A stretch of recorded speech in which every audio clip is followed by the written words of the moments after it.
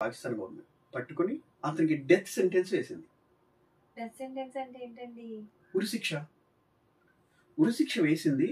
కానీ అప్పుడు Indian government లో ఉన్న ప్రధాని ఇందిరాగాంధీ గారు తనకి రిక్వెస్ట్ తో డెత్ సెంటెన్స్ ని యావజ్జీవ శిక్షగా మార్చారు.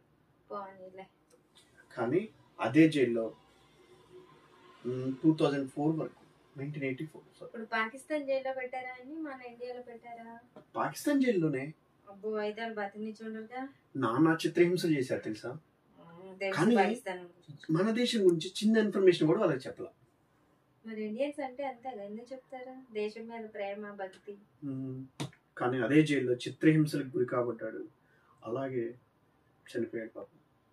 మనకు తెలియదు కానీ చాలా మంది చాలా కష్టాలు పడి ఇలా ఉంటున్నాం. కానీ ఎస్పెషల్లీ రాయ్ ఏజెన్స్ గురించి ఎవరికి తెలియదు.